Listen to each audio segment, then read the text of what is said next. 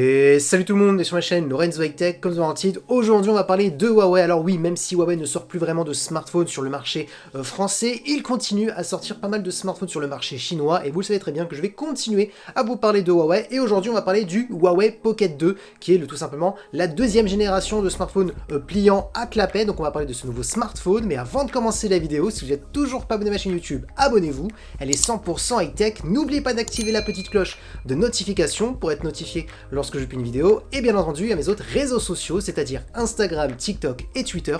Tous les liens seront en bas dans la description. Du coup, commençons par le design de ce Huawei Pocket 2. Alors en termes de design, on le trouve joli ou pas, ça c'est une question de goût de chacun. Moi c'est vrai que je trouve que la gamme Pocket de Huawei fait un petit peu féminin. Dites-moi d'ailleurs ce que vous en pensez en commentaire, à part les coloris plutôt sobres comme noir ou blanc, ça fait un peu plus masculin. Donc voilà, dites-moi ce que vous en pensez en commentaire. Maintenant on a quand même un beau design. On va attaquer tout de suite les caractéristiques de la face avant. On a vraiment un grand smartphone parce qu'on est sur une diagonale de 6,94 pouces avec une résolution Full HD+, la technologie d'écran bien entendu, on est sur de l'AMOLED et surtout on a un taux de rafraîchissement de 120 Hz adaptatif parce qu'on est sur une dalle LTPO, donc on peut descendre de 1 Hz et monter jusqu'à 120 Hz, donc du coup ça permet de moins consommer d'énergie comparé à un smartphone de 120 Hz classique. Ensuite, la très grosse caractéristique sur ce smartphone pliant, c'est la luminosité de l'écran parce qu'on est sur du 2200 nits, donc ça c'est une très belle valeur. Donc oui, on sera sur un smartphone pliant qui sera très lumineux. Ensuite, concernant la caméra frontale, on est sur une caméra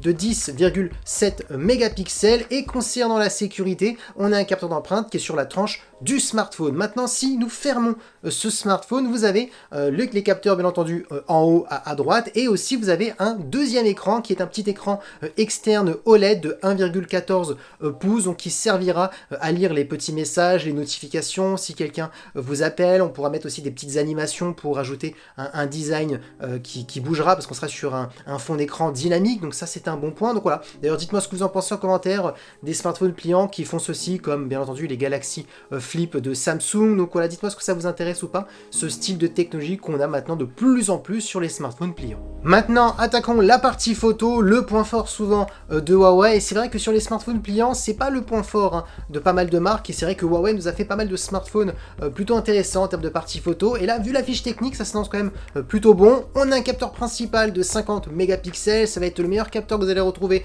sur ce Huawei Pocket 2. On a ensuite un ultra grand angle de 12 mégapixels pour faire des photos à plan large, et là ce qui est intéressant c'est qu'on a un téléobjectif de 8 mégapixels qui va permettre d'avoir un zoom optique jusqu'à x3, donc là oui, on voit tout de suite qu'on est vraiment sur un smartphone très polyvalent grâce à l'ultra grand angle, au téléobjectif, au très bon capteur principal. Et ensuite, alors là, est-ce que c'est marketing ou pas? Dites-le moi, je vous pose cette question à vous, donc écrivez-le moi en commentaire.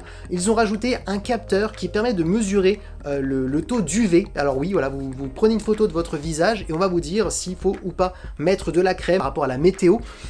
Moi je trouve ça que c'est un peu marketing, est-ce que c'est vraiment utile? Après c'est vrai que en Asie on n'aime pas vraiment trop le soleil, donc du coup c'est peut-être plus pour le marché asiatique. Est-ce qu'en Europe ça va être utilisé? Ça je ne sais pas, donc dites-moi tout de suite en commentaire ce que vous en pensez. Et ensuite pour terminer en termes de qualité de vidéo, on pourra filmer jusqu'à de la 4K. Maintenant attaquons les performances, la partie qui vous intéresse souvent le plus. Alors vous aurez le choix entre 12 et 16 Go de RAM. En termes de stockage, on ira de 256 Go à 1000 Go, donc vous aurez pas mal de choix. En termes de processeur, on est tout simplement sur le processeur de Huawei, on est sur le Kirin 9000S. Alors pour les gens qui ne connaissent pas ce processeur, c'est un processeur haut de gamme, mais bien entendu qui n'est pas le plus performant du marché. Si vous voulez un équivalent chez Qualcomm, on est sur un processeur entre le Snapdragon 888 et entre un Snapdragon 8 Gen 1. Pourquoi je dis entre les deux? Parce que le Snapdragon 888 est quand même moins performant sur certaines bases comparé à ce Kirin, mais par contre le Snapdragon 8 Gen 1 est bien plus performant sur presque tout comparé à ce Kirin 9000S, donc c'est pour ça qu'on est un petit peu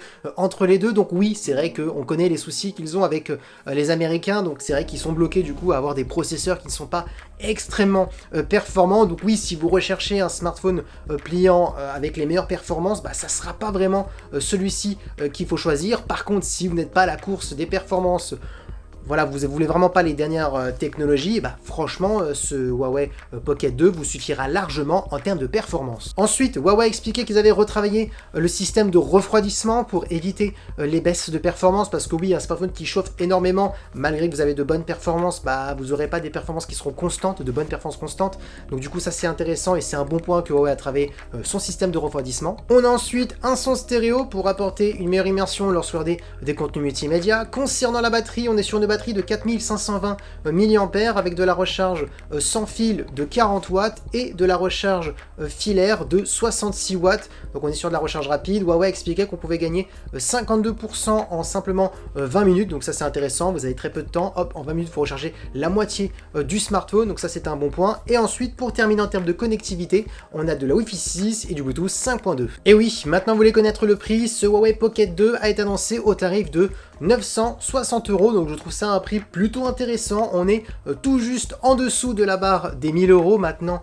Pourquoi on est à ce tarif? C'est tout simplement parce qu'en termes de processeur, comme je vous ai dit, on n'est pas sur les meilleures performances, donc on ne sera pas sur le meilleur smartphone pliant en termes de perf. Bien entendu, vous connaissez aussi tous les petits soucis hein, avec Huawei, on n'a plus les applications américaines, bon en tout cas, il y a toujours des possibilités de télécharger des APK, etc. Mais voilà, comme il faut bidouiller et qu'il y a beaucoup de gens qui ne veulent pas bidouiller, bah c'est pour ça que Huawei a perdu énormément de parts de marché. Maintenant, ça reste quand même un prix très intéressant. Pour qui il est destiné? Bah pour les personnes qui sont fans de Huawei et qui veulent continuer à acheter des smartphones de Huawei et qui veulent aussi un smartphone plutôt original, c'est-à-dire un smartphone pliant et pas un smartphone classique. Là, ce Huawei Pocket 2 pourra faire largement l'affaire. Donc du coup, les caractéristiques qu'il faut vraiment retenir, c'est vraiment l'écran, bien entendu, Full HD+, AMOLED, du 100 Hz, adaptatif, la partie photo qui s'annonce plutôt polyvalente grâce au téléobjectif, à l'ultra grand angle, le capteur principal, donc ça c'est un bon point. Le côté capteur UV, ça c'est un peu marketing personnellement, dites-moi ce que vous en pensez en commentaire.